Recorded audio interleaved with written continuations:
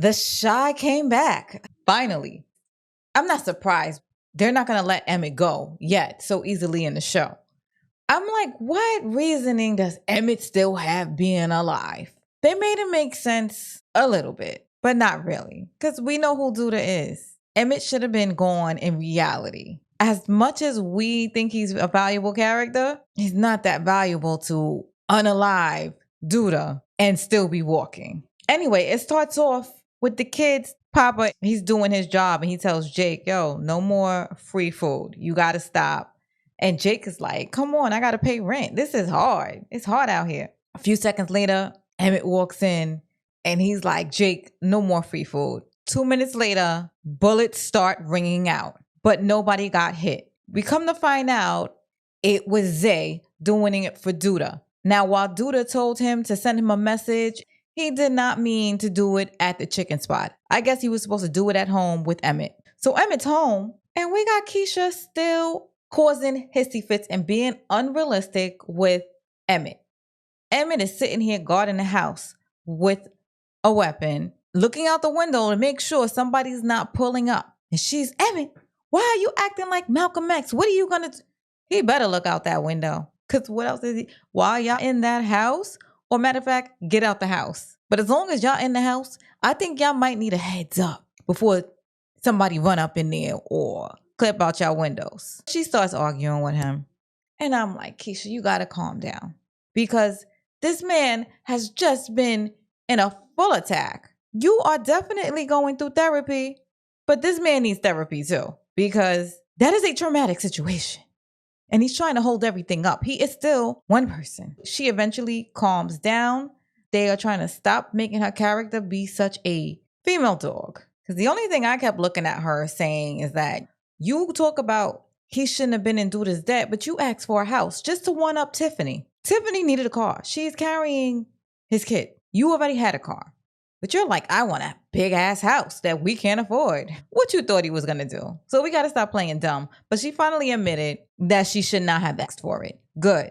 Now I'm glad that y'all on the same page and you seem to be dialing it back. It's amazing. Later on, Keisha does go to her mother's house and we find out that the mother and Drea separated, which I'm surprised at Dre.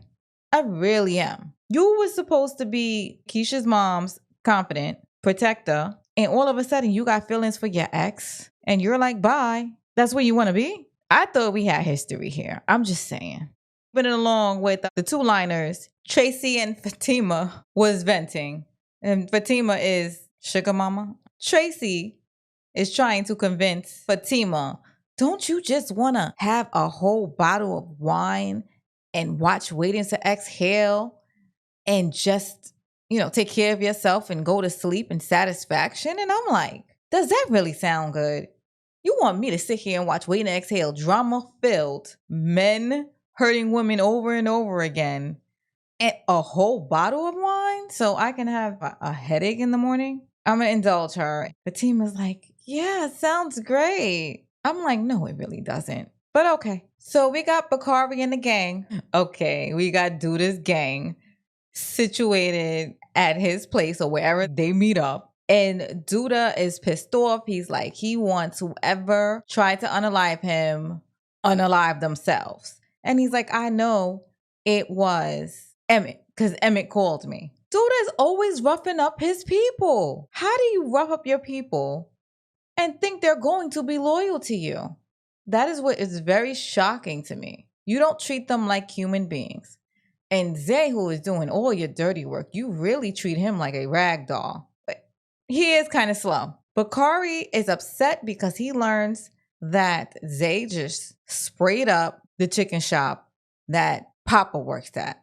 Papa and Bakari is like brothers. Love it. Come to find out, Brittany is working for Duda, who was employed by Zay. And it's all to find out what's Bakari thinking and if he can be trusted. I don't think Bakari trusts his sister too much anyway, but we'll see. And we hear Duda like, why is Brittany spending money on Gemma? And I'm like, how he know she's hanging around Gemma so thick?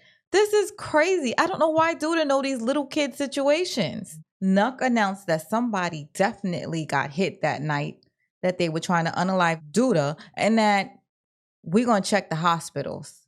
They're trying to find out who it is. So Nuck goes to the hospital and he sees that Rob's name is in there. So when he goes to see Rob, Alicia, she's smart as well. She's like, nah, my son can't stay in that hospital.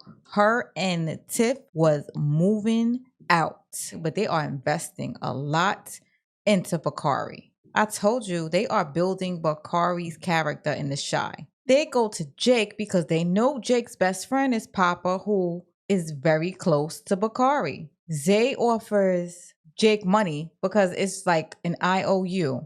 Jake don't know what they want, but I know it has something to do with Bakari. Jake is so street smart, so he knows better. Victor tells him later on in the episode, like, you know, you are climbing in bed with Duda. Why would you do that?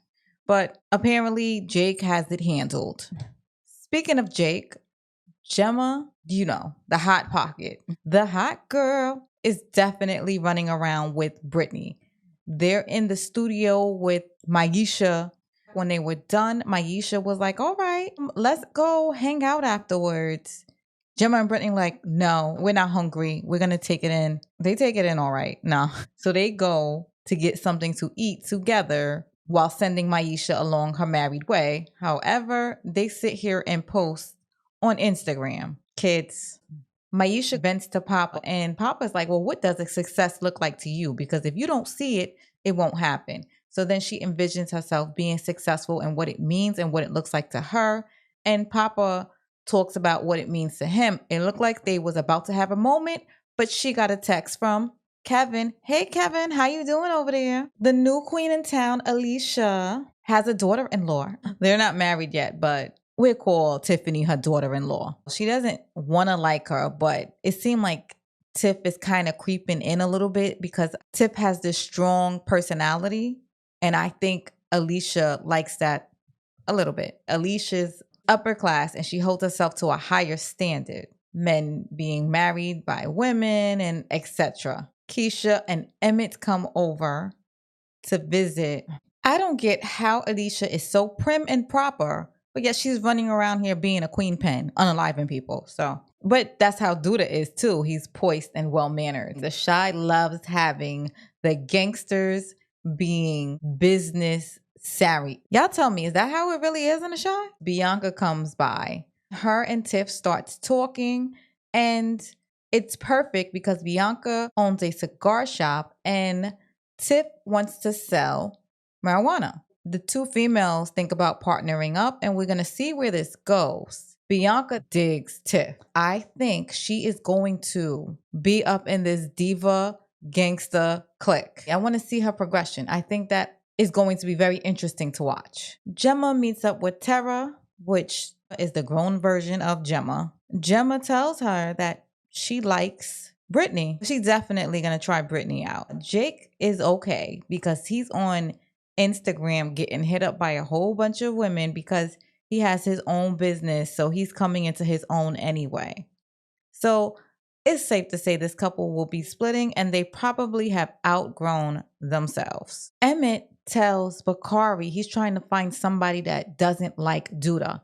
And I guess Bakari told him that it was Zay because the way Duda be yoking Zay up, Zay must not like it. When Emmett met up with Zay, he was putting a bug in the ear about him not being a boss and needing permission from Duda for every little thing. He also told him how valuable he is. And I was like, okay, Emmett. Zay actually goes back to Duda with that information.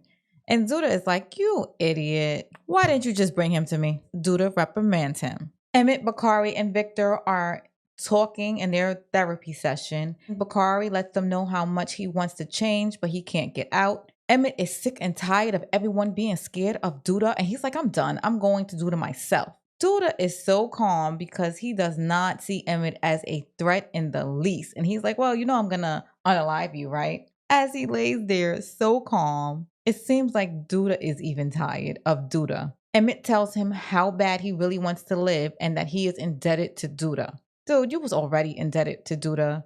For the sake of the show, they let Emmett live. If this was like the real Duda, Emmett would have been out of there. That's the only thing that I feel like is unrealistic about the show. Now, Duda tells Emmett, I need you to take this person out, and puts the picture in front of Emmett. And we all knew it's Alicia. Duda, out of all people, why can't you get Nuck? You're going to get Emmett. Okay. Speaking of which, Alicia also tells Bianca it's time to cash in the favor. The favor is going to be Duda. Anyway, I'm Amina Rose, and please subscribe to my channel so we can watch The Shy together, and let's chat down below. Thank you.